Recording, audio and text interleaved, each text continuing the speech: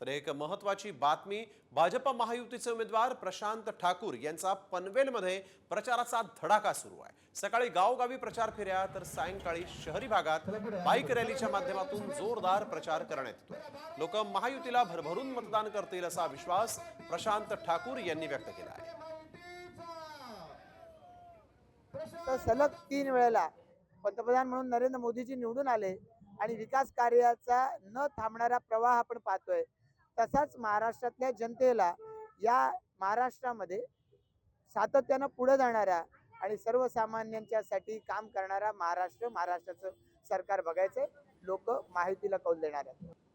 तर एक महत्त्वाची बातमी, भाजप महायुतीचे उमेदवार प्रशांत ठाकूर यांचा पनवेलमध्ये प्रचाराचा धडाका सुरू आहे। सकाळी गावगावी प्रचार फेऱ्या तर सायंकाळी शहरी भागात बाईक रॅलीच्या माध्यमातून जोरदार प्रचार करण्यात येतोय।